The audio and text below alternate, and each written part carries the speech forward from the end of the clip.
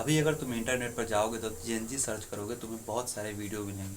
और इस वीडियो में बताया जाता है कि जेनजी तो बहुत बेकार पॉपुलेशन है, जेनजी के पास ये प्रॉब्लम वो प्रॉब्लम है, और भी बहुत सारे प्रॉब्लम बताई जाती है, लेकिन एक्चुअल में सही चीज़ नहीं बताया जाता। और आज हम इस वीडियो में इसी पर जानने वाले हैं कि क्या चीज़ें तुम उसमें गलत बताई जा रही है। आई नो कि जेनजी में बहुत प्रॉब्लमेटिक चीज़ें हैं, लेकिन जो सही चीज़ है, जो तुम्हें गलत चीज़ों के माध्यम से बताया जा रहा है, जो सही चीज़ है, जो कि पहले जैसा था वैसा ही आज है, भले कुछ फॉर्मेशन उसका बदल गया है, और उसे लोग बता रहे हैं कि देखो जेनजी में ये प्रॉब्लम है और पहले के लोगों में ये प्रॉब्लम नहीं था। बट एक्चुअल में ये चीज़ पूरी सही नहीं है, और आज इस वीडियो में इसी पर जानने वाले हैं। तो बिना देर के वीडियो को स्टार्ट करते हैं। हेलो गाइस, हम सचिन कुमार, वेलकम टू मॉगमैन चैनल। देखो, इसका मैं एक सीरीज़ ला रहा हूँ। उस सीरीज़ में मैं टोटली बताऊँगा कि क्या क्या गलत चीज़ें जेनजी के बारे में बताई जा रही है। और आज जो बात करने वाले वो है रिलेशनशिप के बारे में, क्योंकि आज ज़्यादातर वीडियो अगर तुम देखोगे जेनजी के बारे में तो वो रिलेशनशिप पर ही बने हैं कि रिलेशनशिप में बहुत प्रॉब्लमेटिक चीज़ें हैं, रिलेशनशिप अच्छा नहीं निभा पाता है, और और भी सारे एलिगेशन लगे हैं। आज हम उसी को डिकोड करने वाले हैं। पहली जो रिलेशनशिप के बारे में बताई जाती है कि जेनजी जो है ना, वर्चुअल रिलेशनशिप में ज़्यादा रहना पसंद करता है। वो उसके पास टिंडर आ गया है, उसके पास ये रिलेशनशिप की ऐप आ गई है, जिसके माध्यम से उसके पास बहुत ऑप्शन है कि कोई भी लड़की देख सकता है, किसी के बारे में जान सकता है। और जब वो उससे किसी को पसंद करके उससे रिलेशनशिप में आ जाता है तो फिर वो दूसरा का तलाश करने लगता है, अगर ये अच्छा नहीं लगता है तो। ये चीज़ें हैं जेनजी में प्रॉब्लमेटिक है, पहले ऐसे नहीं थी। देखो, मैं तुम्हें एक बात बताना चाहूँगा कि आज जैसे टिंडर काम कर रहा है, आज जैसे कोई रिलेशनशिप शादी.com कोई सा भी रिलेशनशिप वाला काम कर रहा है, सेम प्रॉब्लम पहले भी थी।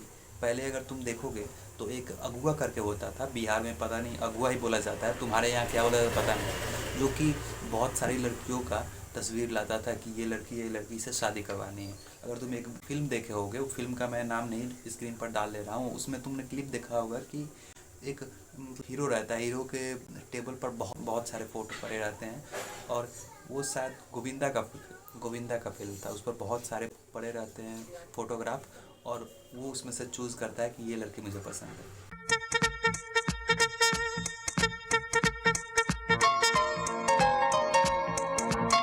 ये लड़की कि सेम काम टिंडर कर रहा है। ये कोई ऐसा नहीं है कि जेनजी में अलग चीज़ आ गई है।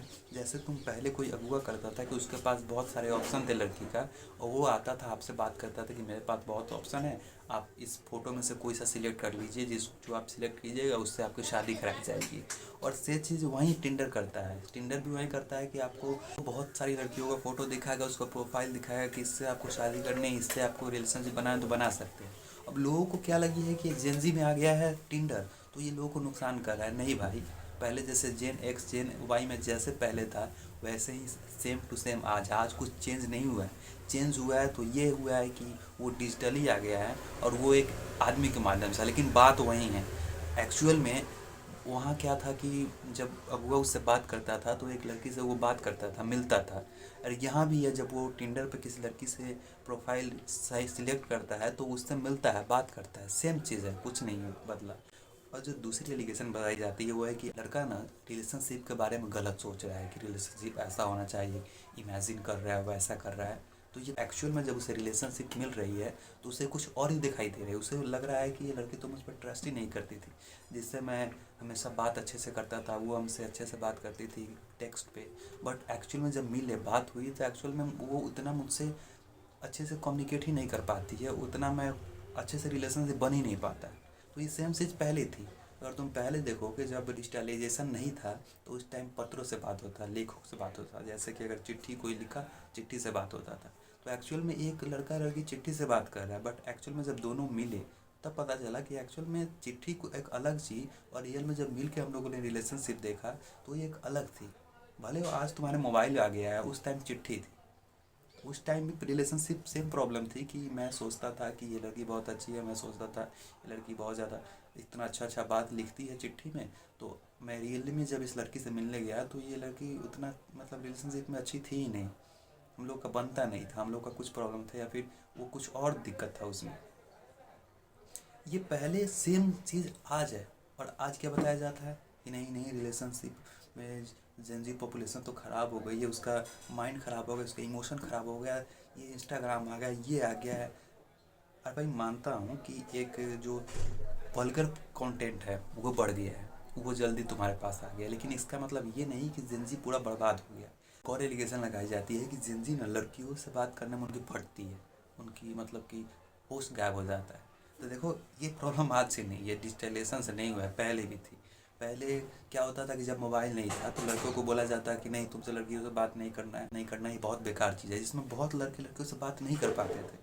और एक्चुअली में अगर वो आज 30 साल के हो गए, 35 साल के हो गए, उनसे पूछोगे तो बोलेंगे कि मैं लड़कियों से बात करने में हिचकता था। हमारे गांव में तुम जाओगे तो अधिकतर लोग पूछोगे जो 30-35 को हो गए, वो बोलेंगे कि मैं लड़कियों से बात नहीं कर पाता था। उस टाइम ये डिजिटल कुछ नहीं था, फिर भी ये प्रॉब्लम क्यों थी? ये प्रॉब्लम आज भी नहीं है, पहले भी प्रॉब्लम थी।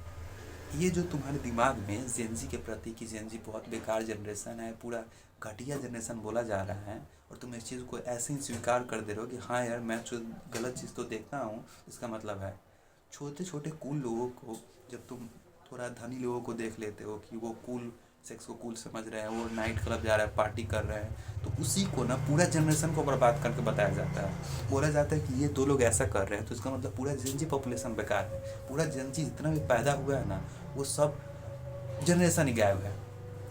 आज इंटरनेट आने से कितने सारे जेनजी लोग कंटेंट बना रहे हैं, पैसे कमा रहे हैं, लाख रुपए 2 लाख रुपए कमा रहे हैं, कितने सारे बेकार बन रहे हैं।